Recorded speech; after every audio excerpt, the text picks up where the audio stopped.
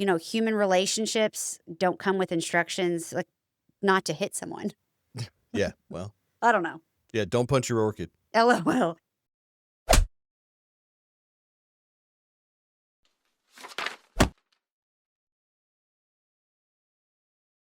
All right, welcome to the Judgmental Podcast. Today we are going to give our opinions and breakdowns of our investigation that happened on Monday. We went to 5 different divisions. Obviously, we're going to do the viral clip, and then we are going to pick some stories to follow out of Louisville Family Court. Let's get right into it. Y'all want to watch the viral clip?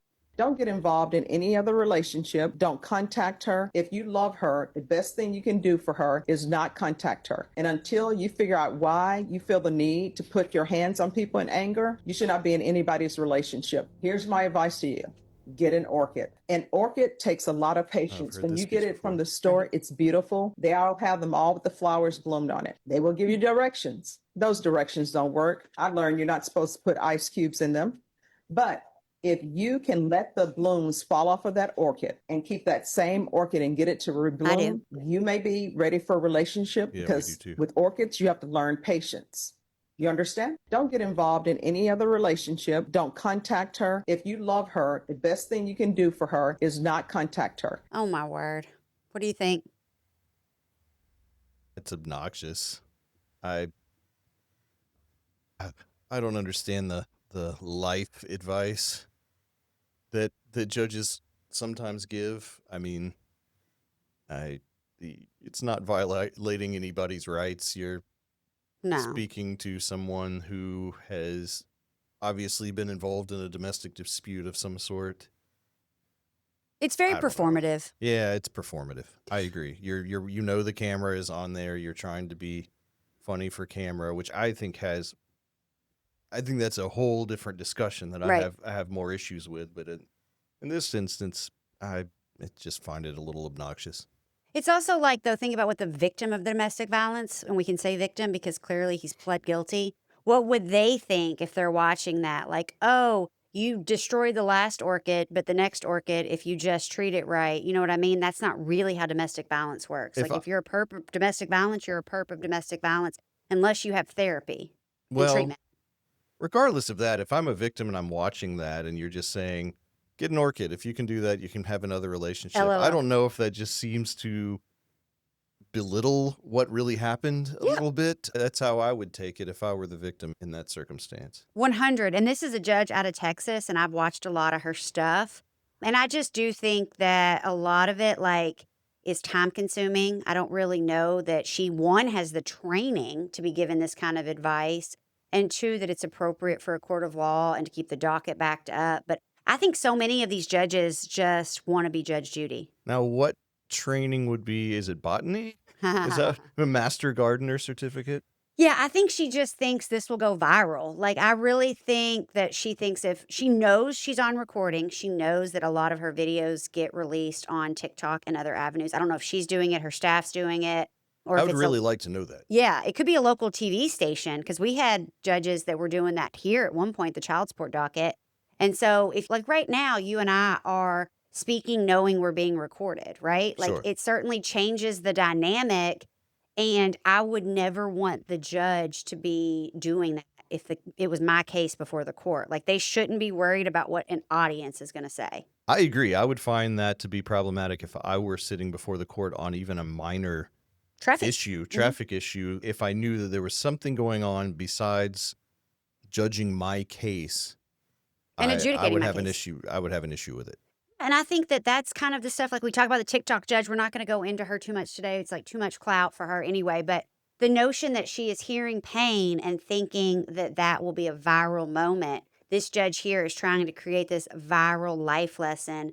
Just get an orchid and I'm going to be famous on TikTok. I would love to talk to some Harris County attorneys to see how her docket runs, what the viewpoint is from constituents and the viewpoint is from lawyers. So anyone in Harris County, Texas, shoot us a DM or comment on this video. Yeah, I would imagine if this is happening all the time, it slows the docket down somewhat. Yeah. And if you're going to choose some advice to give that you hope to go viral, is it really going to be orchids and domestic violence? And ice cubes? I mean, I think that's what they say. I put ice cubes in my succulents, which is weird. I know an orchid's not a succulent, blah, blah, blah. But I just think that was so bizarre. I think she was saying, like, you have to read the instructions, but, human relationships don't come with instructions, like, not to hit someone. Yeah, well, I don't know. yeah, don't punch your orchid. LOL. Anyway, well, we were down in court yesterday, 5 divisions. Honestly, let's just start off by, like, I think we were both a little cranky. Yeah.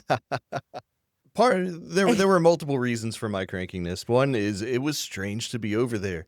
It has not been but just a few months since I left the full-time practice, and first impression was I forgot how it smelled over there in court. That wasn't great. We're saying that. Yeah.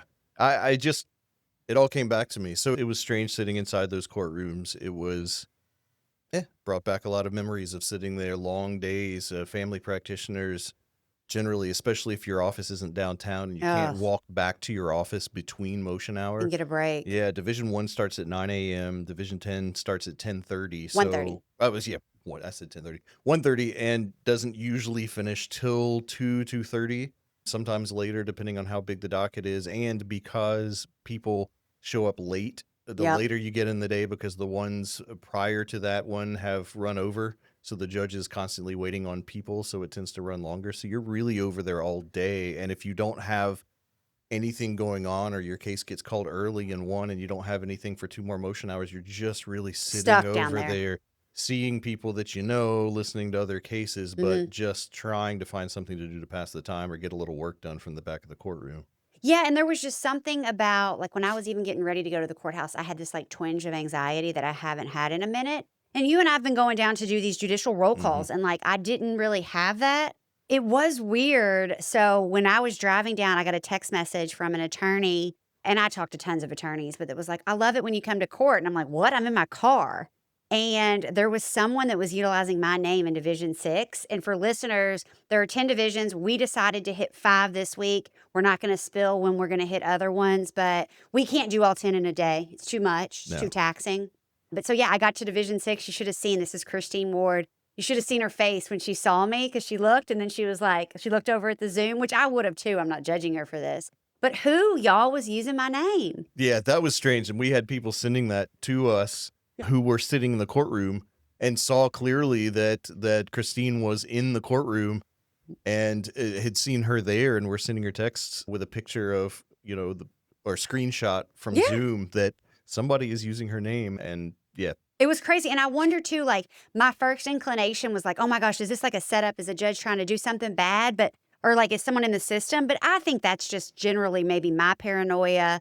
And because this person didn't do anything that I saw, they didn't turn their camera on. They just had the name Christine Miller, which granted, it's a relatively common name, I guess. But well, we stayed for most of that docket, and that person didn't have a case on. Or no, I even looked at the docket. There was no Christine Millers. Yeah. And it's interesting, though, because Miller, back in the day when we allocated cases by last name, Miller would have gone to Christine Ward. So if I would have got divorced in Jefferson County, Christine Ward would have been my judge by my last name. Oh, that's interesting. Yeah, so we don't do it by last names anymore. That used to be Division 9. Really? Yeah. Thank goodness gracious. That would have been Miss Gina Calvert back in the day.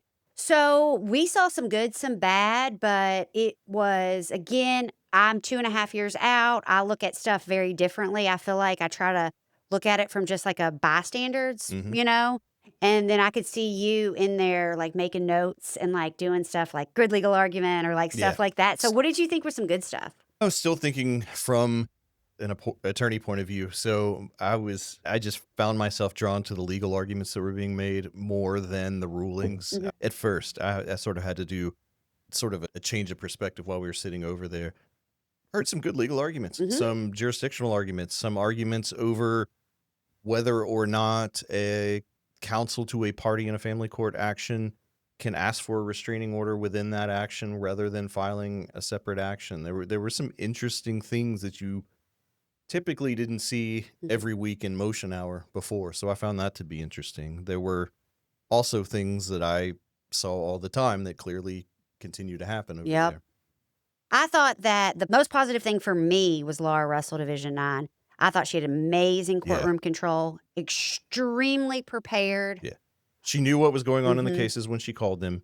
She was very professional to everyone, even if they were very frustrating to her. Mhm. She was patient. She was super efficient and moved through that Super. docket. That was, yeah, I agree. That, yeah, definitely the most impressive thing And for the just for day. listeners, I got a lot of personal attacks and backlash. I did not endorse her for judge. I endorsed her opponent. And this is where, if you've been following along, the Reddit post came. But you got to give credit where credit is due. And I will tell you that she handled that docket extraordinarily well. Yeah. She did state, too, that she was going to get orders out within 2 to 3 weeks. And she was very clear, which I liked. Like on one case, you'll realize, like you might remember, she said, it'll be 2 to 3 weeks. And on another one, she said that I'll get it a week after the final person. And I'd love to hold her to account for that, but I have no reason to doubt that she will do it. I just thought it was really, Had no reason to say it otherwise. Yeah. I mean, you're really setting yourself up to say those Mhm. things if you're not going to do it. I was impressed. yeah. Yep. That was definitely the highlight of the day. We had, well, what was your work? What was your best? I guess just the legal arguments. Oh, actually, I thought there were several arguments that Judge Ward did a very good job of differentiating between here's what I can do at motion hour, here are the things we have to do for a hearing. You know, telling counsel, I understand, okay, we need to set that for a hearing. We're not going to argue facts and have a hearing here in motion hour, which is the way that it should be, but so often it doesn't happen that way. Yeah. And in Kentucky, we do motions very different than a lot of states. Yep. And so you file a motion, it goes to a blanket motion hour, which is always on Mondays. And there's a half hour to an hour allocated, but usually you're up there talking to the judge for anywhere from 1 to 6 minutes at the most, really. I Mhm. mean, possibly 10, but the judges shouldn't do it like that. And so you just go, and it's usually pretty quick. And so you thought that was a good thing from Christine. She had I some did. weird, complicated cases on Yeah, that day. I agree. I don't know how they were just odd. I'm not sure how complicated they are, but they were things that obviously she didn't see that often, and I didn't see that often. I didn't know off the top of my head what the easy answer was on any of them. So I guess they're more complex than usual, but it was bizarre. There were a couple things that I had to sit up and take notice, and I had to ask you, wait, are they arguing over this? Right. Well, the one that, and it was right before you got there, that Florida case, I want to follow that case. I talked about Yeah. it. Essentially, it seems to be there is a family with one child, and there are 3 potential places where legal actions are taking place. We've got the actual divorce or custody action in Louisville, Jefferson County. Mhm. There is a domestic violence criminal charge out of Bullitt County, Kentucky. And then one of the parties has allegedly fled to Florida, allegedly escaping domestic violence, and there is not a fleeing statute in Florida, according to counsel for one of the parties. And what that means is that typically, if you come to Kentucky fleeing domestic violence, you can get a protection order here, Yes. right? So there's also CPS in Florida based on these criminal allegations here. And Florida is saying, don't send the kid back. And then we had Christine Ward saying this child needs to be back in the Commonwealth of Kentucky within 1 week. She has jurisdiction. It's, it's incumbent upon her to make sure that that child doesn't become someone else's jurisdiction while this is pending. So she has the ability to do that. I didn't get the feeling she was ruling one way or the other on any of the underlying facts. Yeah, it sounded like they had a hearing for September, Mhm. and it doesn't appear to me that there has been any sort of hearings like of substantive or watching Right. any of, if there are any videos or recordings or photos. And so I wonder, I wasn't clear on the ruling. Like I was clear that the child needed to be back in Kentucky by next week, but I wasn't clear if the court was going to give the child to the other parent with the alleged EV. No, I didn't get that. I didn't get a feeling one way or the other about that. I think it was just the child needs to be in this jurisdiction until we sort this out. Which, if you're fleeing domestic violence, it's just complicated. I think it's It is. something to follow, and this shows what can happen when you get numerous jurisdictions or courts involved. Because at a minimum right now, we've got a Louisville judge, a Bullitt County Sure. judge, and CPS out of Florida. Yep. So that's 3 people with their hands in the pot. Well, that's true. And the ruling wasn't that I'm making all the decisions here. It's just the child needs to be back in Kentucky, first of all. And I think also, if there's going to be a conference of judges with competing jurisdictions, there need to be some orders set. It seemed like she was setting the ground rules that, okay, it might end up in Florida. There may be some protections here. The judges, we need to talk. Right now, the order is bring the child back. And now we've got something in writing, especially if they're at an early stage in the case. that someone can take to Florida and say, here's the ruling that we have, but here's why this happened. And It's interesting to me from like a pragmatic in the system, not necessarily the legalities, but I heard no testimony or argument no, that the party that has to come back has a place to reside in Kentucky. I mean, if there's domestic violence, certainly that person can't go back to the home. no, I agree. There was no testimony as to whether or not that person, had any family here. So that is, when you're making these decisions, that's just something to follow. I also want everyone to understand the nature of these motion hours is that it's quick. We aren't doing an in-depth thing. We want to get your opinion so we can follow certain cases and do more Sure. research. Now, this one was just interesting because it had so many moving parts, and Mhm. it seemed like we were hearing about it and hearing what was going on at the very early stages of Yeah. it. So it would be something that we could follow. I think with jurisdiction, clearly kids aren't objects, but Yeah. looking at a court's jurisdiction over what it's going to rule on, the child, or whether it's a car. If you're having a dispute over a car and someone takes off and goes to Indiana with the car from Kentucky, while that dispute is going on, it would not be out of the ordinary at all for a judge to say that car needs to be back here in the state of Kentucky. And I certainly don't mean to imply that Judge Ward looks at children and treats them like property, but from a court point of view, this is what you have jurisdiction over. This is before you. You've accepted jurisdiction over this case because it's moving forward in your courtroom. The child needs to be here in order to exercise that. Now, certainly, if there is a protective order or there's been findings of a court with competent jurisdiction that there's been domestic violence, I'm sure that would affect the ruling and what Judge Ward would go forward and do. But how would you get those findings if you don't have a fling statute in Florida? And obviously, there's not going to be anything, in the criminal case. Now, that being said, this goes back to the whole big debate about family court in general as a court of equity. But if it's going to be a court that operates under the rules of procedure, the rules of evidence in the exact same way that a circuit court or district court would, then there needs to be this check and balance with juries. You can't have your cake and eat it too. And I think sometimes that's what family court decides to do. And I hear the legal argument of it. I don't know the answer to it. I just think it's one of those where we can't prescribe in the law how to address this family that's clearly in crisis. Well, I agree. I don't know that. This is just one of those things where I think the courts are the last place you would want to deal with family issues. It's a place of last resort. It needs to be. And there are shortcomings that I'm not sure there's an easy solution for. Yep.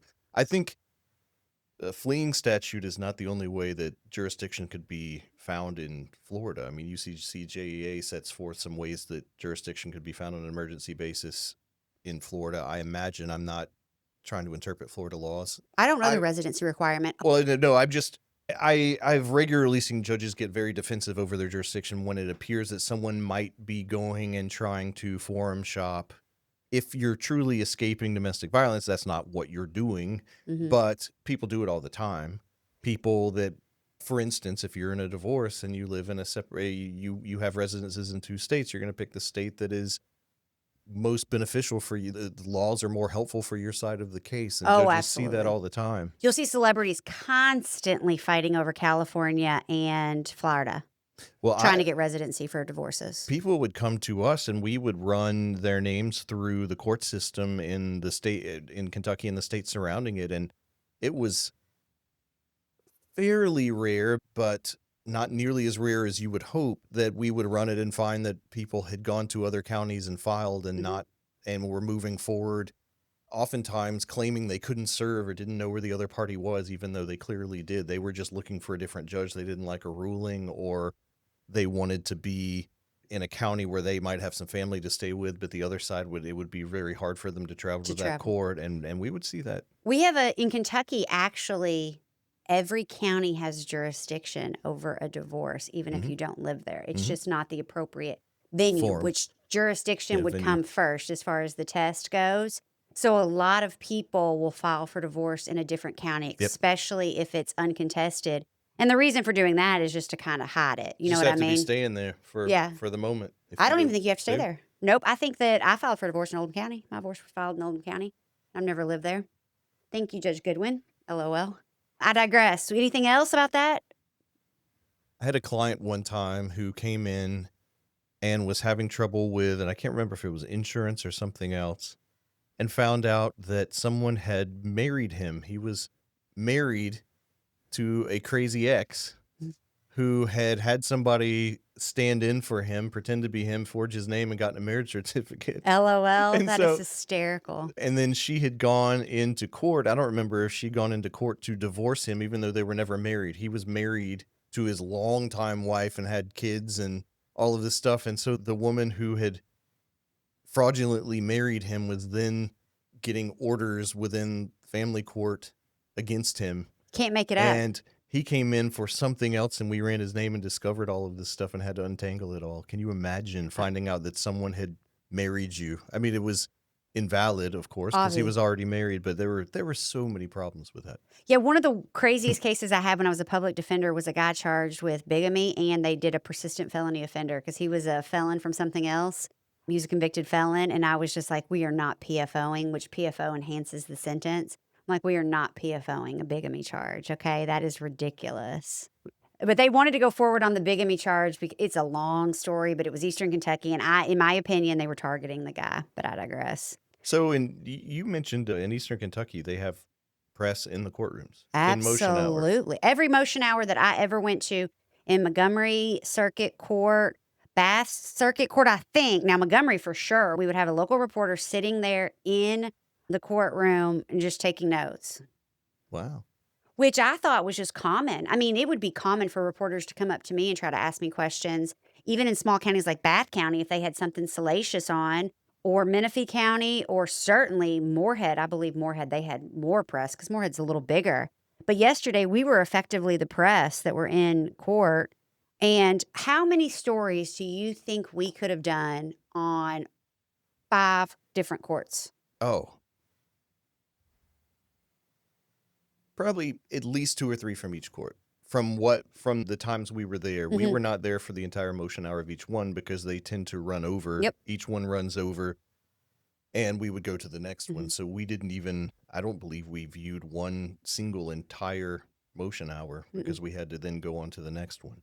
But at least 2 to 3 per court. I wrote down, because I was just taking notes on things I thought people would find interesting, and I had 14 cases. And I think all 14 of those cases we could have done something with. And it's so perplexing to me why the local media doesn't come in there. And some of the stories would involve something that I think we'll be able to follow up on next week and get the answer to the reporting. And some may take 3 years. But there are just stories for days. I mean, for example, just the judge not swearing the interpreter in. I mean, that's so simple and so simplistic. But so is that your worst thing of the day? This was in Judge Denise Brown, TikTok judge. I thought her division was the most frustrating for me because it was very evident. It was packed because she'd canceled motion hours in July, and it was clear as day that she hadn't read and she wasn't prepared for court. And that was my opinion. I mean, she was flipping through the pages like she always does. I was just thinking, if we played a drinking game with every time she flipped a page, it would be like Super Bowl Sunday every Monday. You know what I mean? And there was obviously cases that were called that she was just like, when she saw us there, she was like, I'm going to recall this case because she had no idea what was going on, in my opinion. I thought it was very clear the judges that understood what was going on in each case that they called. Yep. And they would call them in order. They sometimes wouldn't even look down at the paper. They knew which attorneys were on it. They were prepared for the arguments that were going to come up. And sometimes the judge would start and say, I understand this and that, but here's what I think we need to address today. And it was clear they knew what was going on in that case. And in stark contrast, in other divisions, the judge would call a case, figure out, ask who's on that case. So is everybody here? They get them up there, and then basically it was a blank slate, and you'd be arguing, and there would be no prep whatsoever on it, which would mean it would take longer. The attorneys would have to give all of the background before making their arguments, and then there'd be the page flipping and reading through things. And it was just very different how they prepared. Totes. I would say Derwin Webb, he does a new protocol for how he calls cases. I loved it. I thought it was perfect. It was very similar to what they do in Mass, but it was kind of like a roll call, first call. Everybody knew. He seemed prepared. And Laura Russell, 9 and 10 were ready to go. I would say, to be fair to Judge Ward in 6, I didn't see the beginning of motion hour. She did seem prepared, though, in the things I saw. And some of those cases were just a little different than normal. The ones that we sat and watched were not your ordinary cases. And the attorneys, actually came up and sat at the tables as if you Yeah. were having a hearing, because you were really getting into some different legal arguments, and that they weren't, sworn in. They weren't having factual hearings. They were actual legal arguments. It was proper for motion hour, but it was just clear that they were a little bit more complex and Yeah. involved than the typical stuff that you do up at the podium. That's so true. But I mean, she's typically prepared for the most Oh, yeah. part. But I would say it was clear that 7 and 8 were not prepared. Oh, 8 was my low point, I think. It's hard to pick. I think the part that was a low point for me was just because of what I had experienced so much in my practice, and that was a judge asking the friend of court what they think about motions before they give their opinion or rule on something. So, friend of court they're not an attorney representing someone. They are a witness.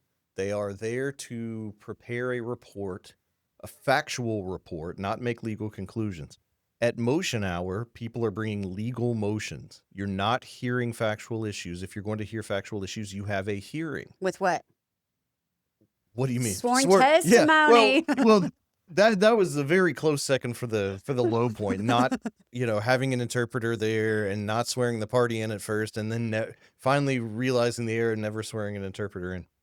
But when people are making legal arguments at motion hour, that's purely legal, not fact-based, the fact that a judge would be deferential to Yep. a friend of the court or want to know what their opinion is on the fly, not having filed a report, not having anybody have the opportunity to review that report and their notes to know what went into the report, but just basically an unsworn witness to advise the judge while standing there, that bothers me. That's Yeah. one of the things I think is most broken in the system. But to her credit, the one that I'm thinking of that was the worst actually said, this is not something that I'm FOC on this case. This doesn't pertain to anything that, True. I'm really working on. I shouldn't have an opinion on this. And Yeah. that's correct. And I don't think the judge, he didn't seem to be aware that that was the proper, call on that. No. I don't know why he defers to them so much, especially after how much he's been kicked by the Court of Appeals. Yeah. Also, the 2 cases, right, that weren't there. Oh, yeah. You had mentioned page flipping. We saw cases being called. This was also in Division 8. Cases would be called, and he would mention, oh, they didn't send the case file up from downstairs. I just have, and I forget what they call it. There's just a mini version of just a placeholder with the case name and the information, but not the case file. And so he would have to call it again later and send someone to get the file, which begs the question, how could you have read the motions and looked at it if you don't have the case file? Yeah. How could you have prepared for motion hour if you're finding out on the bench at motion hour that you don't have the case file to review literally for the arguments? Also, his motion hour is at 12:30. It's like after lunch. Like you didn't prep for the day. And what did he have? Maybe 5, 6 cases to be called? Like, you think you'd be like, I need to make sure I have all the cases to be called, here on my cart? Yeah. I don't know. Especially, I'm wondering, and it's hard to tell, sometimes when a judge indicates on the pre-rulings for motion hour to be signed, it means I agree with this motion. I'm going to enter it unless somebody objects. I would have liked to have known if someone objected to a case and he had to call it, if any of those would be missing. Oh, I bet. Because how do you decide that you're going to sign a tendered order if you don't even have the case? Also, we had been to 5, 6, 7, and they didn't have any missing files. So it was just perplexing to me how this was an 8 issue. And there were no missing files in 9 and 10, at least that we saw, or that I recall. No, I agree. It's hard to see how someone can be prepared for those motions if you don't even have the file to look at them. Yeah, and I do think this goes back to, are they reading the motions? And I think it was personally clear to me that in Division 7 and 8, they hadn't read the motions that they were ruling on. Not all of them. Yeah, it was very clear which ones had, and it was also, they went through their docket, and it was just like clockwork. And it keeps the attorneys from having to give the background and get into factual recitations. And when you are reciting facts as an advocate, you're going to recite them in a way that's favorable to your client, which is going to beg for back and forth. back and forth. The other side, well, that's not my version. And when you start getting into that, then the motion hours take a long time, and you just get into factual arguments And that's not what you're there for. You're Right. there to argue legal things, do procedural things, and then get hearings on anything that needs to be decided factually. Yep. And one of the attorneys in Division 8 also said, Your Honor, I filed our motions. So any motion that goes on in motion hour has to be filed by the previous Tuesday. This attorney said, Judge, I filed a reply. I filed it on Thursday. Have you read it? And he was like, Nope. Which, just what are we doing here? It's a waste of the client's money if we're going to have a motion hour where the motions and the replies haven't been read and the file's not up there. And they're probably being billed for that motion, depending on how long it is, the motion hour appearance. At a minimum, that's $500. And that is a minimum. Now, in circuit court, is the deadline still noon on Thursday for filing the motions? Do you know? No, It's no, much no. later than in family court. Oh, family court motion hours and circuit. I have no idea. Yeah, I mean, so Thursday, filing response on Thursday or would not even be that late over in circuit court. Now, I completely understand when attorneys will file a response to a motion on Monday morning before court. No shit. But And then the judge hasn't seen it. Of course they haven't seen it. And if I ever had to do that because someone failed to notice me on a motion and I had to file it last second, I would take the response to the court so they could look at it at motion hour because I wouldn't expect them to see it. But if you filed something, a day and a half after the motion was filed, you kind of expect that. I would, as a judge, expect that anyone that has a motion filed against them, I always filed responses to motions. sometimes I did, sometimes I didn't. But bigger picture, it's just there's a blatant difference in filing it before the week period is over and the same day. Sure. But Thursday, if he's not read it, I mean, it's just a waste of the parties. But I digress. Lastly, let's just briefly talk about, we talked about the hierarchy of attorneys, GALs, FOCs, and judges, right? Judges on the top. We saw all the FOCs, GALs just hanging together, Yep, that's laughing. sitting at the front of the court waiting to be appointed, the same handful of people. In fact, I believe it was three Mhm. for the second half of the day in Jefferson County. Is three Yeah. people sitting up at the front waiting for those appointments and getting all of those appointments and getting referenced on, a third of the cases that were called. They would stand up and sometimes get questioned about their position on a case. Now, if you're a GAL, that's proper. You are an attorney representing a party. You may have a position on a certain motion, but still, again, FOCs, I don't understand why they're standing up at motion hour and giving their opinion to a court. Well, I don't understand why they have superiority for the judge. They are just lawyers. I understand that they're getting this immunity. Now, lawyers in Louisville, obviously, we've got really nothing but positive feedback. We had attorneys like following us out, following us around. Like, I had so many text messages yesterday, but there are two in particular, GALs and FOCs, that lawyers, you need to be careful about speaking to us publicly because there are two that will go back and publicly say positive things about the judges on Facebook and likely tell the judges who you're speaking to. Yes. And so I would be very, very careful. There's likely a third one, but we will keep up on that and we will try to figure out a way to figure out how many of these appointments these GALs, FOCs, are on, because it's likely paying their mortgage, these appointments, and then some. That becomes your full-time job, I think. Mhm. Or it should. If you're taking as many appointments as some of them do, it really should be 2 full-time jobs. Yeah.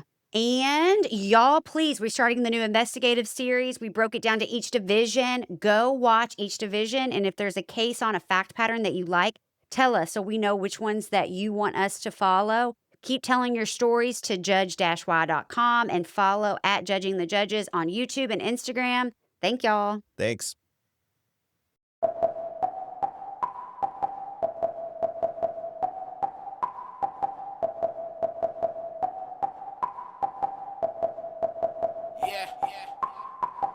We need some justice. My life is fine, justice.